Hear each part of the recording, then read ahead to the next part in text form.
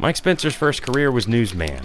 With a master's from the J School at UC Berkeley and after years of reporting the crime beat in Florida and California, Spencer hung out his shingle as a private investigator. For over 20 years now, Mike Spencer has been a gumshoe. In his new book, Private Eye Confidential Stories from a Real PI, published by 99 The Press, Spencer spins colorful yarns from his years of investigating. The story you're about to watch is, like the rest of PI Confidential, straight out of an actual case file.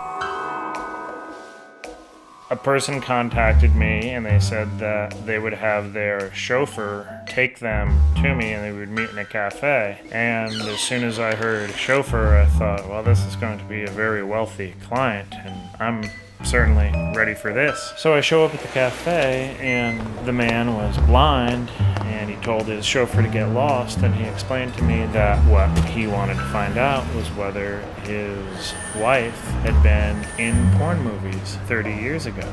So he had my attention. He told me the story that one day he came home from work and saw a bunch of workers loading up the 16mm cameras, but they used to make those old movies, and he wondered, well, that looks kind of strange. Why are these guys coming out of my place with movie cameras? And one day, someone at his work said, hey, I saw your wife in a movie down at the Pussycat Theater. Pussycat Theater used to be an old porn movie house in Oakland, but they took it away when the earthquake hit. It just wasn't seismically retrofitted, so the Pussycat Theater went by the boards.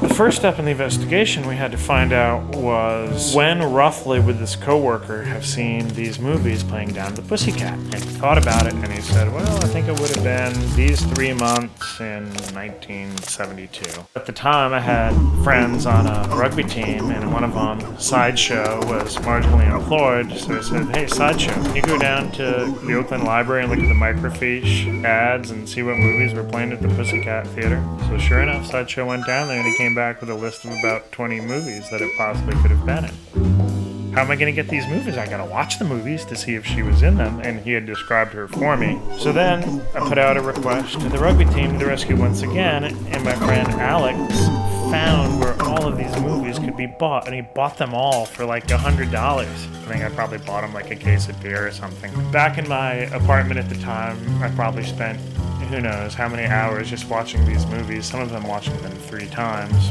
and never found her in these movies and reported back to the guy. Was that enough to satisfy him? No, it wasn't. He came back to me and he said, hey, I still don't trust my wife. I don't think my daughter is mine.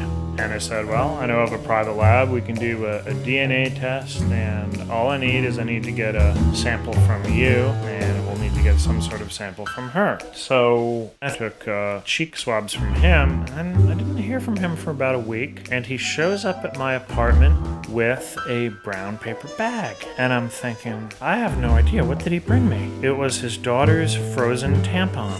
And I thought to myself, why couldn't you bring chewing gum? Or how about a hairbrush? But no, for some reason, he brought me her frozen tampon. So I kept it in the paper bag, and I sent the frozen tampon and his swabs off to the lab, and it came back a couple weeks later, and his daughter was his. So now we're 2 for 2. His wife apparently wasn't in porno movies. His daughter is his. But I wasn't quite done with the client. He said, I want you to bug the house. I installed these things for him. That's when I started thinking to myself, I don't like how this is going. And our last conversation we had was the poor guy was just crying and sobbing. There's part of you that feels sorry for the guy because you don't know what happened in that relationship. And you reach a point where you've done all you can do for this person and time to go.